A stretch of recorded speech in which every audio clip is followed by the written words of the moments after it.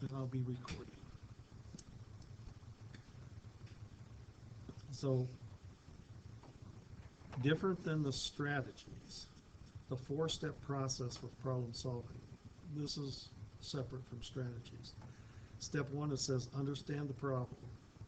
And then it has billets underneath it. It says, is it clear what is to be found? Do you understand the terminology used in the problem? Is there enough information? Is there irrelevant information? Are there any restrictions or special conditions to be considered? And it says, step two, devise a plan. How should the problem be approached? Does the problem appear similar to others that you have solved? What strategy might you use to solve the problem? So you see, the four-step problem-solving approach incorporates strategies. So the four-step approach is incorporating strategies. And step two, according to the author, is the critical step. Then he says step three is carry out the plan, apply the strategy or course of action chosen in step two until you find the solution, or you decide to try another strategy. And so you see, it's a problem, not an exercise. An exercise, you would, it would be quadratic equation things to solve the, it'd be a polynomial, second degree polynomials. You would do quadratic, equation to solve it, and that'd be the primary thing. But the strategy you have decided upon might be wrong. Then it says after you're done, look back. Is your solution correct? Do you see another way to solve the problem? Can the results be extended to more general problems? And some of the strategies are choose a strategy to solve a simpler problem. And then when you look back, then you say, okay, how can this apply to solving the problem I want to solve? So strategies lie within those four steps. Now the first strategy that they talk about in this section, it says draw a picture. And whenever you can, that is a good suggestion to do. And you probably have done math enough that you know that drawing a picture is good. And then the clues, they'll always give you clues. So for drawing a picture, it says the problem involves physical situation. That would be, if it's some sort of a physical situation, that'd be a clue that maybe I should draw a picture. Next clue, draw a picture, is the problem involves geometric figures or measurements. So that's a clue, better draw a picture. You want to gain a better understanding of the problem, maybe a picture helps. Or a visual representation of the problem is possible. Now some problems you can't visualize them, right? So don't draw a picture. That's not the strategy you would use. Now it's going to give you some examples. Then the strategy two is a guess and test. And obviously when you guess and test, it doesn't mean just some wild guess. Right? You kind of say, well, this would be maybe a way that it could work. That's within the realm of the problem. And the clues that this would be appropriate, there's a limited number of possible solutions to the problem. You want to gain better understanding of the problem. You have a good idea of what the solution is. You can symmetrically try possible solutions. Now, I'm not going to ask questions that say, what is the strategy number two? Guess and test. And what are clues? I'm just reading you because you don't have it available, so that you can, but you want to look at it as what would you utilize? And if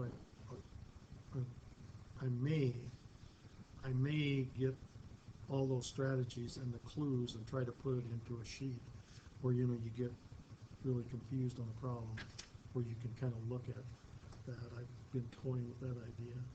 Strategy three that's going to be used in this section is use a variable. And now because you're mathematics, you're real used to setting up variables. Right? And then the clues, when it's appropriate, phrase similar to for any number, problem suggests an equation you desire to prove, or for a general solution, and so on.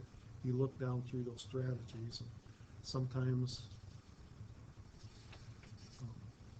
it just becomes clearer what you want to do. Now, I was talking to, over the break, I was talking to some other math instructors, and I found that what I find happens, and they have found the same thing, is sometimes, and especially when you get in geometry or some of these physical things, the problem is difficult and you don't get it. You know, if you read through the problem real thoroughly and then you go to bed and sleep on it, I've often found that the next morning you can get up and do the problem. You know, your mind just kind of grinds away on it, like all night long, and especially if you happen to be a morning person, that it's clear, you know, things are clear. But I found that for me has always been a good way of looking at difficult problems. What I'm going to do is I'm going to read off problems here, and we'll do some. Now, the first one I'm going to do is on page 10, and it's problem 2. And it says, how many squares of all sizes are there in a 3 by 3 square? So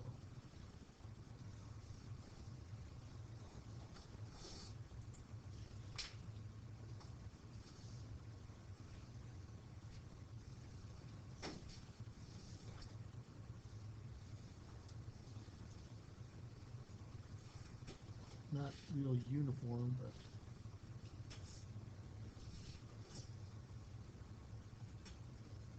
you kind of got to give it to me that these are squares. At least it isn't freehand.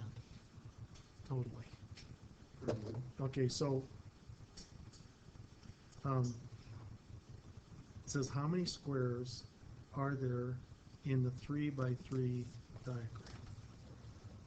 So what you want to do is look at it and see, well, obviously each one of these things is a square, right? This one, this one, this one, this one, this one, this one. So you got 9. Now, is there another square? Many. Okay, there's a limited amount. You got the upper left quadrant of the 4 boxes. It'd have to be a 2 by 2, wouldn't it? Right. So that's 1, right? You have a 2 by 2 right beside it. Okay, so if I don't know if I got enough colors.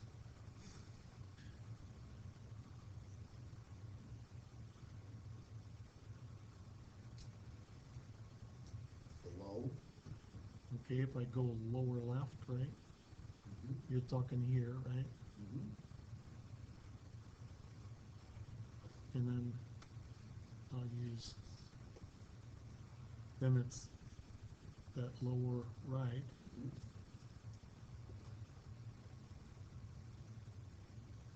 So now we're up to 13, and then the outer perimeter itself. Okay, very good. So it's this one right here. So we have a total of 14. Is that right? Yep, that's right. So now, number 4,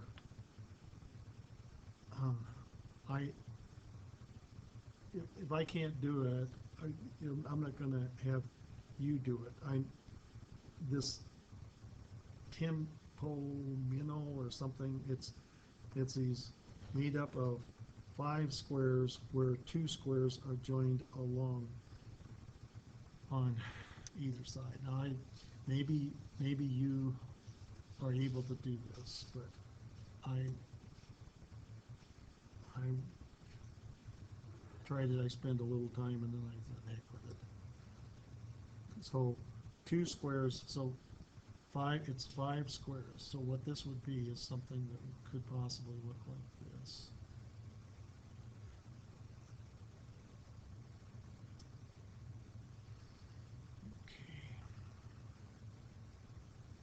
Okay.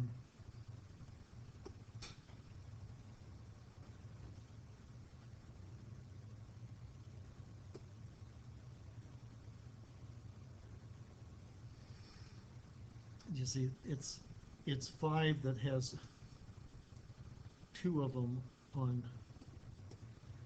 each straight, or you could say there's these 2 and these 2, but it has to be 5. So another one that would be, now you wouldn't do this. This one wouldn't count if you did something like this.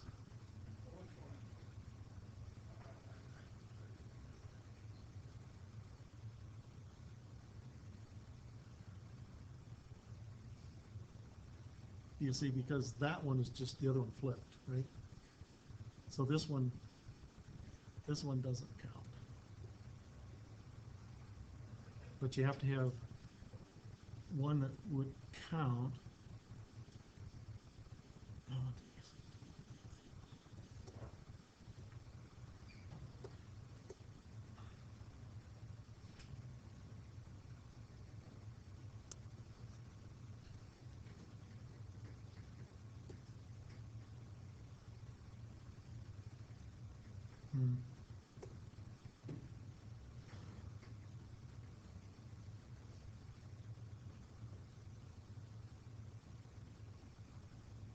Now that one would count as something different, because you could either take these 2 or these 2, and then you could take these 2.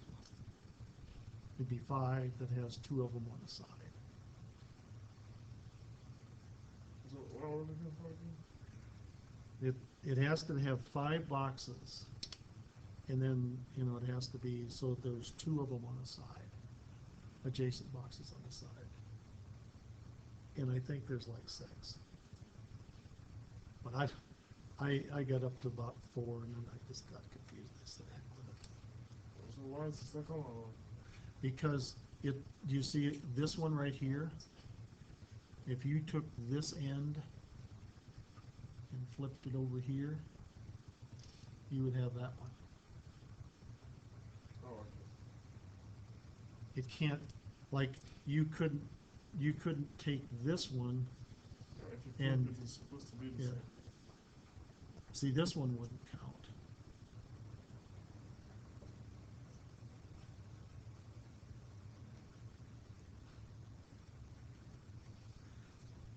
That one would not count, right? So, see, this one wouldn't count because it's that one above it. Mirror image. You can't have them flip around. And you couldn't take, you see, this one could be flipped up, right? Could be flipped, it's the same thing. So those don't count. There's got to be, So how many of them are there in there? I think it said 6. I gave up. I'm not gonna have you, do problems like number 5 is saying, a 5 by 5. But if you come up with it, you want to play with that brain teaser, that's fine with me. But I won't have you do those kinds of things. So what it'll be is it'll be problems. When I do a problem, the problems that are adjacent to it, that are like it, would be fair game. I'm not saying that I can figure all these things out, especially when it comes to, Professor, how are the answers in the book? Will they give detailed explanations on how no, they'd all, what I have and what you have, it only tells you, like, there's just so many of them. That's all it gives. So I couldn't, I had other ones where I could get the solutions and it would say, okay, this is what it is. It just says there's so many of them. Then you got to figure out, then when you get this many of them, you got enough. And that's the same way your book has. I tried to go back to the book company and see if they had a solutions manual that would show how to do it. So, No. I mean, I tried that. So I'm just telling you, if I want the problems that I'm doing, similar problems that are going to be adjacent, they're going to be adjacent to it. But and there will be enough of those that sometimes some kinds of spatial stuff I just don't have the ability to figure out. Find 3 different that have those things that have the shape to form a 3 by 5 rectangle. Now I'll show you this one. This is what they showed.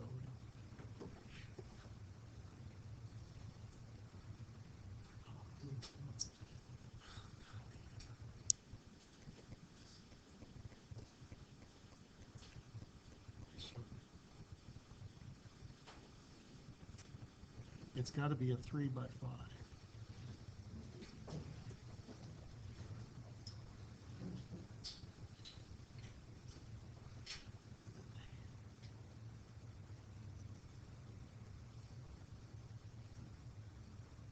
So obviously there's 2 of these things that will fit into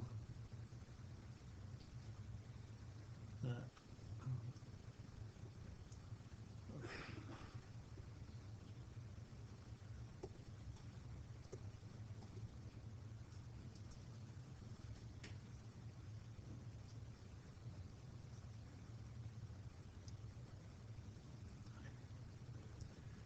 Then there's one inside here.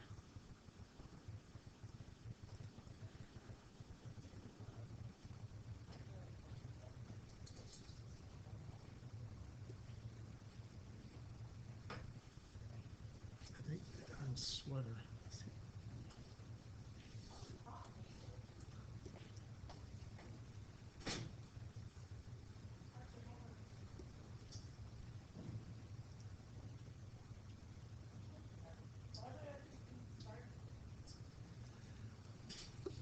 No, does that make sense?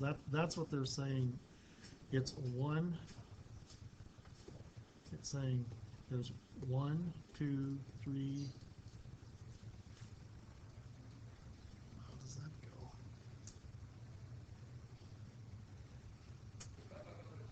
I've kind of done this.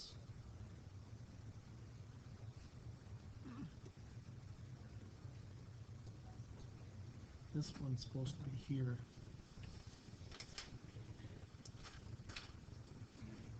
So that you have 1, 2, 3, 4, and then there's 1, and then you have this one 5. So that's 5 long. Then you have this one that goes 1, 2, 3, 4, 5, and then this one goes 1, 2, 3.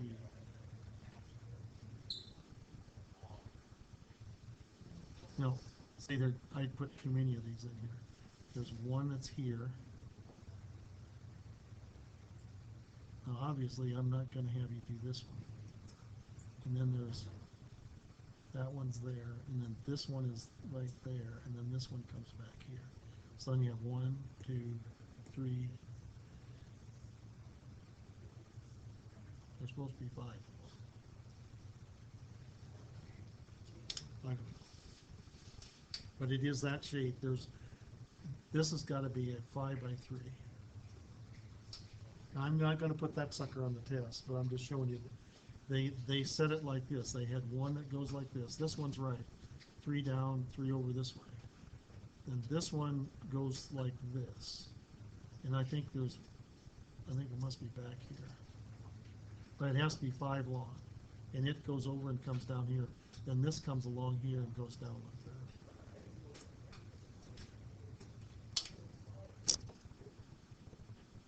So obviously, I'm not going to give you a pentomino problem, but that's the kind of thing. So you see, here's 1, 2, 3 of those pentominos that was for the last problem.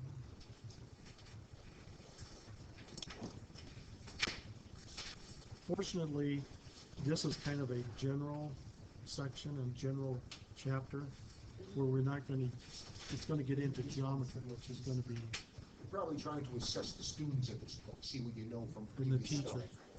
In the teacher. Because they're just trying to say which one is the flip side of things. Okay, we'll look at some more problems.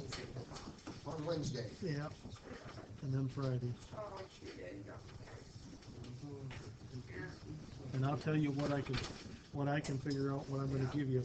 So 4 and 6, the related problems to that, you're not gonna have.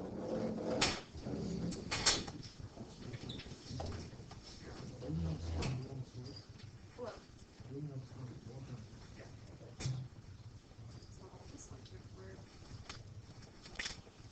Here I was, hoping I would have a textbookless semester.